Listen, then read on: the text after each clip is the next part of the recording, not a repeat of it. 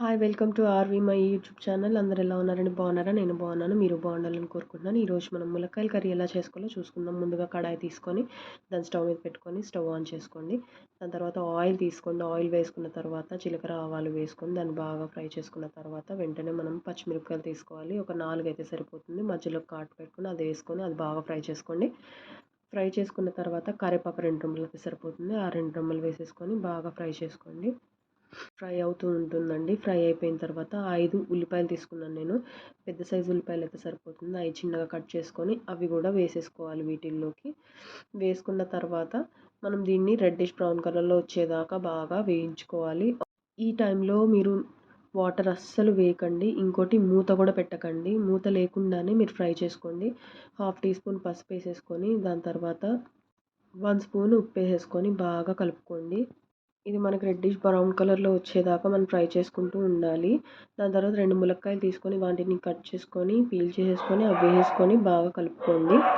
ములక్కాయలు హెల్త్కి చాలా మంచిదండి. రోగ నిరోధక శక్తిని పెంచుతుంది. నా బోన్స్కి బలము. దీంట్లో మినరల్స్, ప్రోటీన్స్, ఫైబర్, ఐరన్ అన్నీ ఉంటాయండి. పుష్కలంగా ఉంటాయి. న్యూట్రిషనల్ రిచ్ ఫుడ్ అండి ఇది. ఇది యాంటీబయోటిక్ లాగా పనిచేస్తుందండి. అంటే ఇన్ఫెక్షన్స్ రాకుండా చూస్తుంది. ఇప్పుడు మనం 1.5 స్పూన్ కారం వేసుకొని బాగా కలుపుకుందాము. కలుపుకున్న తర్వాత మనము వాటర్ వేసుకుందాము. ఆనియన్స్ బాగానే ఫ్రై అయిపోయాయి. కాకపోతే ములక్కాయలు ఉడకలేదు కదండి, అందుకనే కొంచెం వాటర్ వేసుకొని హాఫ్ గ్లాస్ అయితే సరిపోతుంది. వేసుకొని లో ఫ్లేమ్లో పెట్టేసేసి మూత పెట్టేసేసి అలాగే మగ్గనిచ్చేసేయండి. డైజెస్టివ్ సిస్టమ్ని ఇంప్రూవ్ చేస్తుందండి. విటమిన్ సి రిచ్ ఫుడ్ ఇది.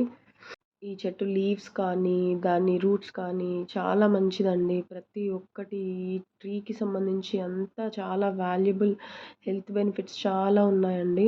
సో కనీసం వారానికి ఒక్కసారన్నా తినండి.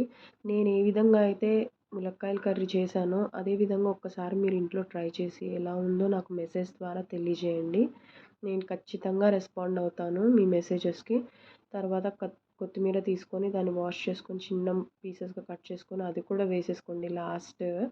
వేసేసుకున్న తర్వాత మనం ఇంకా సర్వ్ చేసుకొని తినొచ్చు. దీన్ని మనము చపాతీస్లోకి తినొచ్చు, రైస్లోకి తినొచ్చు, ఇంకా మన ఇష్టం అండి. ఎట్లన్నా తినొచ్చు. జొన్న రొట్టెల్లో కూడా తినొచ్చు. బాగుంటుంది. ఒకసారి ట్రై చేసి నాకు మెసేజ్ చేయండి.